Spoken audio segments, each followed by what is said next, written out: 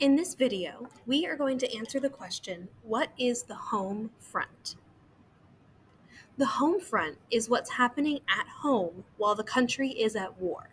So while the men and women in the military and Navy and Army are off at war, there are people that are living at home, like the women and the children and the elderly, that are not fighting in the war, but their lives are still affected by the war that's happening, even if it's across the ocean. Fill in your notes now. World War II affected every aspect of American life.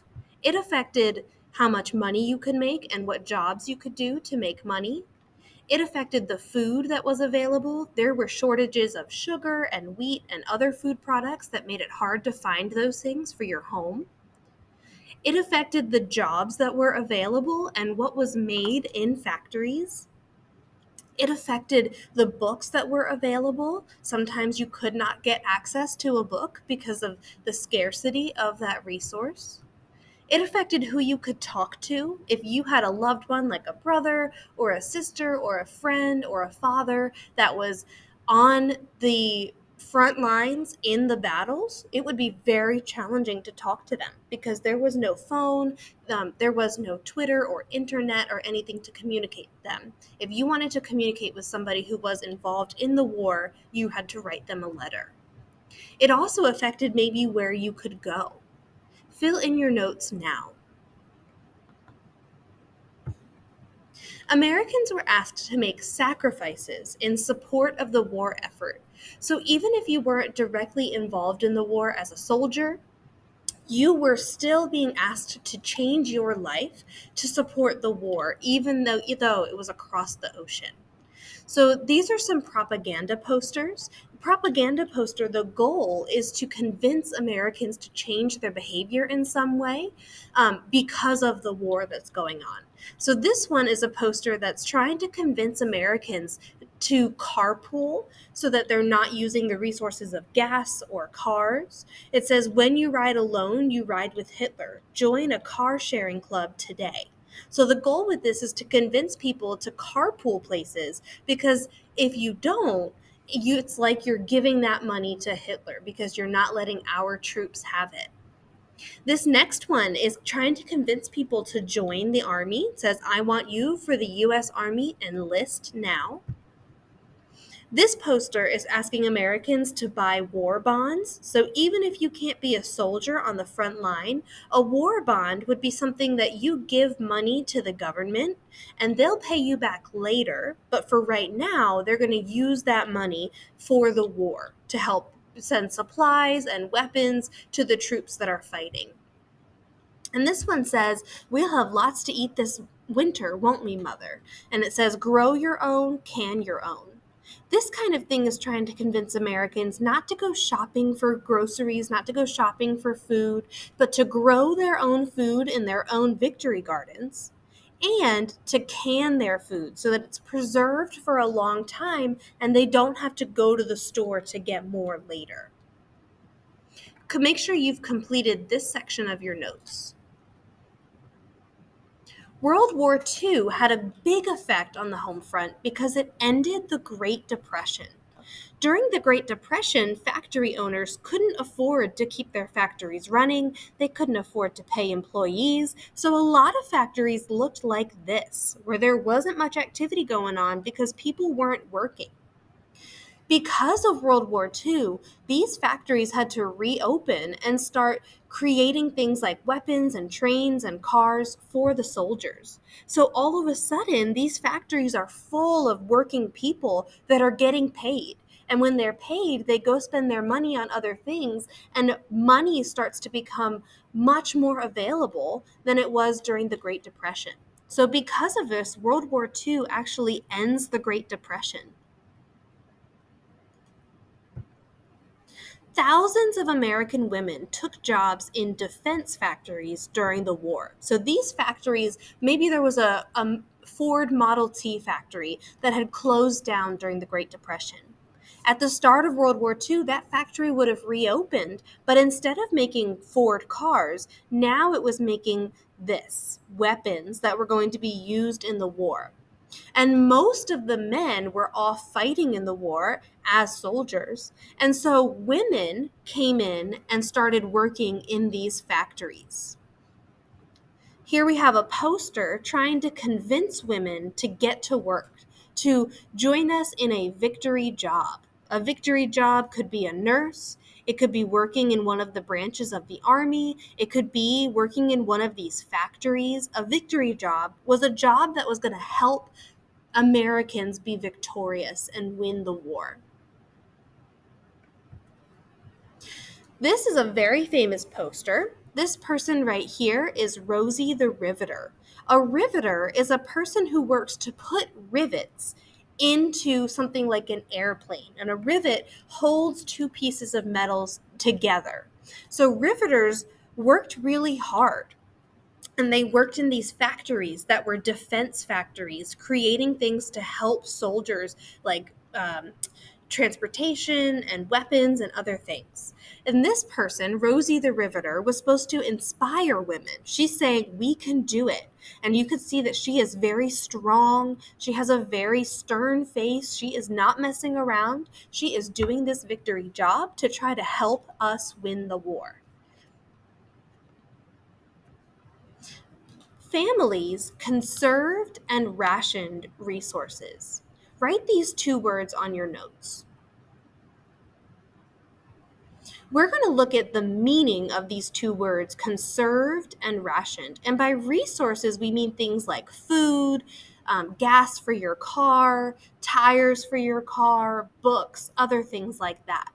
Families conserved, which means they saved, and they rationed or used a smaller amount of these things like food and gas and tires. That's because whatever you could save or use a smaller amount of, that could be used to help soldiers that are fighting in the war. If you save your potatoes and you conserve them, then other potatoes that you would have bought could be sent across to the soldiers. If you ration your sugar and use a smaller amount of sugar, then the excess sugar that you didn't use could be sent to help the soldiers over in Europe or in the Pacific. So this is an example of a sign that would have been hanging in this grocery store. This store is pledged to conform to the sugar regulations of the U.S. Food Administration. Your sugar ration is 2 pounds per month. So people who shopped in this grocery store could only buy 2 pounds of sugar each month. You can see that they're trying to convince people that, hey, 2 pounds of sugar per month is not as bad as France, where they're only allowed about a pound, or Italy, where they're only allowed 11 ounces of sugar. We must confine our consumption of sugar to not more than 2 pounds per person per month in order to provide a restricted ration to England, France, and Italy. This is a ration book that would have been used to keep track of how much sugar and gas and other food products like wheat that people were buying. So in this book, when you got your sugar ration for the month, they would put a little stamp in there. And that way you and other grocery store owners knew that you had already gotten your 2 pounds and you couldn't get any more until the next month. So this was used to keep track of the rationing. Here we have a example of a propaganda poster trying to convince people to do canning, to save or conserve their goods by canning it. Because when you can something, it preserves it for a long time. Kind of like how a cucumber might go bad if it's fresh, but if you turn it into a pickle in a can, it'll last a much longer time, and you are saving that cucumber, you're conserving it so you can use less. So this is saying, of course I can, as in canning their products. I'm patriotic as can be, and ration points don't worry me. So she's saying that keeping track of rations isn't a big deal for her because she cans her things and she's conserving and saving them for later. Make sure you have filled in the meaning of conserved and rationed on your notes. The need for workers temporarily broke down some racial barriers, although discrimination was still felt against African Americans. So here we have some real photographs of African American women and men working alongside other races because their work was needed during World War II. They are doing what we would call riveting, where they are putting rivets into an airplane or some other thing, combining two sheets of metal together. It looks like this person is also doing something with a metal sheet that might become a plane wing, or it might become the side of a tank. African Americans were needed. So some of those racial barriers were broken down, even though they weren't still treated 100% equally. While many Japanese Americans served in the armed forces, others were treated with distrust and prejudice. Remember that there were two theaters in World War II, the European theater against Germany and the Pacific theater against Japan. So Americans who had descended from Japanese people or people who moved to America from Japan because they didn't like what they saw Japan doing, they were not at all involved in what Japan was doing, but they were discriminated against. They were treated with distrust. In some cases, somebody might see a Japanese American and think that they were like a spy for the Japanese government. And they were also treated with prejudice. They were being judged before they were known just because of their heritage and their descent. So here we have a photograph of Japanese Americans fighting for the American army. But even though they're fighting for the American side, they're still treated with um, distrust and prejudice. So this says Japs keep out. Japs would be like a short way of saying Japanese Americans keep out. So they were being discriminated against from within their communities. In some cases, they were even sent to internment camps.